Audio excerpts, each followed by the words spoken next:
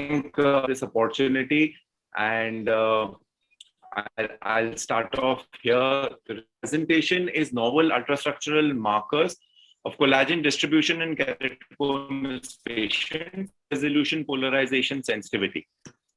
So we have multiple keratoconus screening indices available with us. All of them have their own nomograms, have their own algorithms which tell us about the progression of keratoconus. But what is the lacunae in these current day topographers and OCT? How do we overcome these problems? So we did this study with this committee. Informed consent was taken. The sample size was 15 contributions and 15 keratoconus days. It was a prospective observational case study. Now, review of literature tells us that the orientation of fibers is there in the right eye, and on your right screens are oriented. This is how these structures in is what builds custom.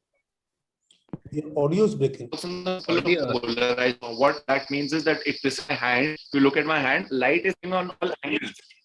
Dr. Rohan, light is falling on all angles. Dr. Rohan, sorry to interrupt in between. So your audio is not clearly audible. Yes. Continue, please. Yeah. Audio is a little weak. Should I restart, sir? Dr. Rohan, I would request you, if you, yeah, it's fine now. You go ahead. Continue. Should I restart, sir? You can continue, no problem. Okay. So this is how polarization works. So if this is a hand, a particular angle of light to come out from the other end, I would have to put a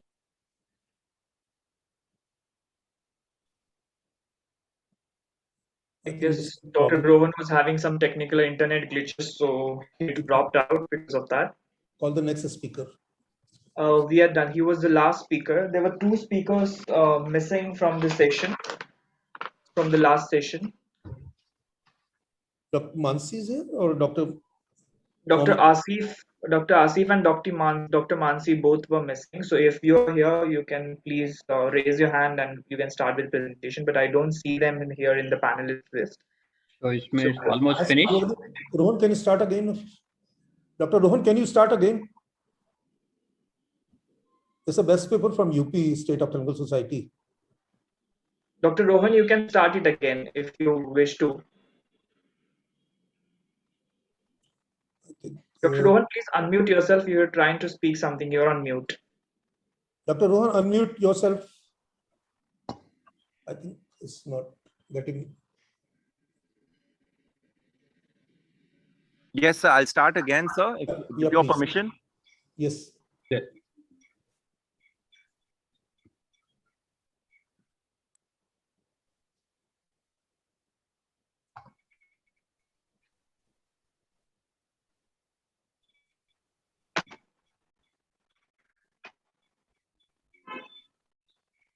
Dr. Rohan, are you there? Okay, am I audible? Yes. Yes, you're audible. Can I start, sir? Yes. Can I start, sir? Right. Yeah. Right.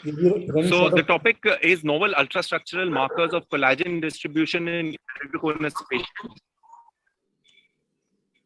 Please open your presentation. Should I start, sir? Yes. Yes, I have. Is my screen visible? Yes, it's visible. Okay. So there are multiple keratoconus. Yeah. So there are multiple keratoconus screening indices that are present in the modern age. All these indices, they give their own keratoconus values and they have their own algorithms to interpret the keratoconus. But what is the lacuna of current day topographers and OCTs?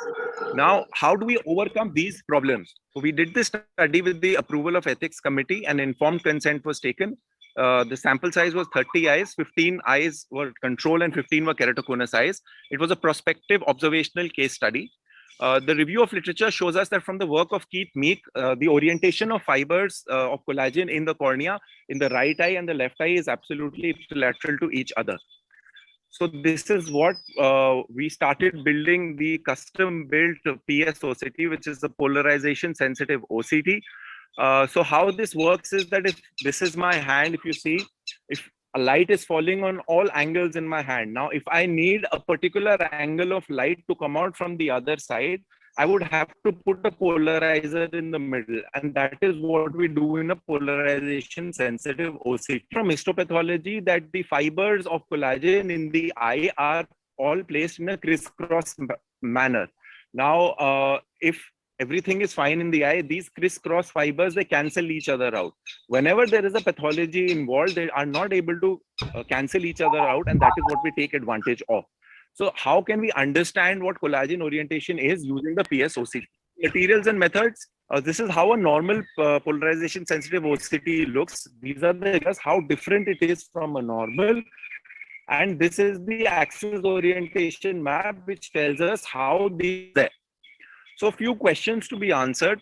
Can this PSOCT help in detecting keratocell outcomes? Can it provide additive information to our existing important one? Can it help in decision making for the type of surgery that we do? So first question, can it help in detecting keratoconus looking at CXL outcomes?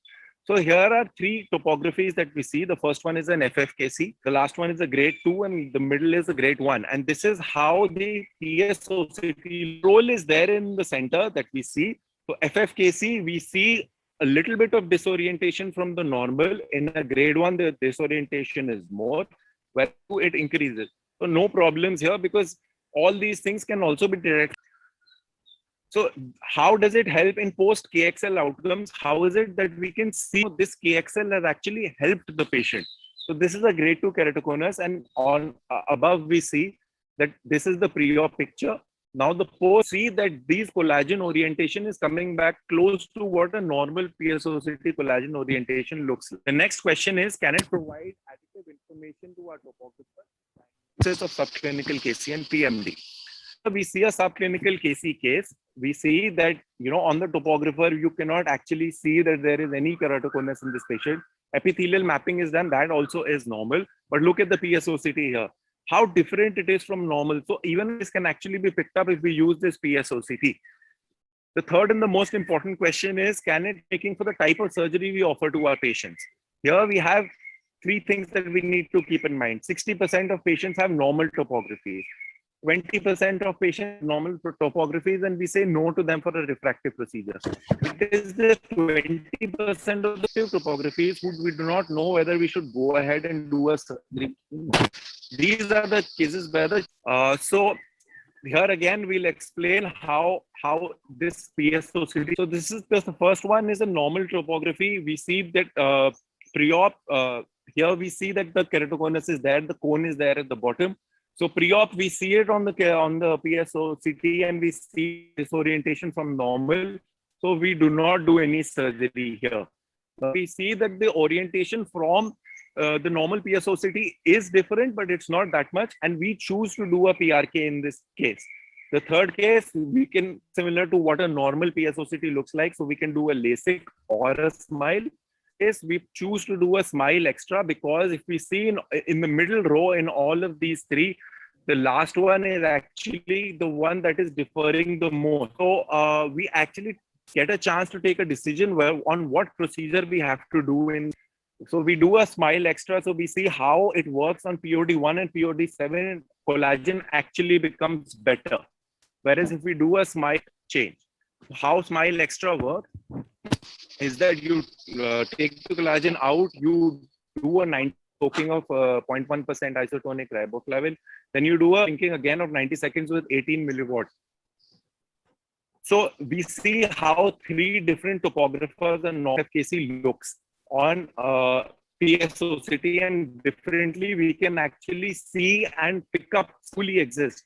Now for this, we'll have to combine our molecular markers as currently present with us. So how we put it into action is we combine both of them. So our experiment involves your imaging, your topography, a SMILE lenticle in a biorepository. And then this lenticule is processed for gene expression. However, in normal cases, we find high LOX and high collagen, whereas in suspicious cases, we find low LOX and low collagen. How do we bring it out to the clinics? We come along with molecular biomarkers to get a true picture of what actually exists underneath that. What lies ahead is actually we are going ahead and marking out, just not seeing the retardation and activation orientation marks are there for the colors. What was known was corneal tomographers is used for diagnosis of keratoconus, and multiple tomographers are available for the screening. What our study adds, image the collagen anywhere, and that is actually where the pathology lies. And future is that it can preoperative workup of refractive surgery patients in cases of suspicious topography. The possibilities are endless with this PSOCT. Thank you so much.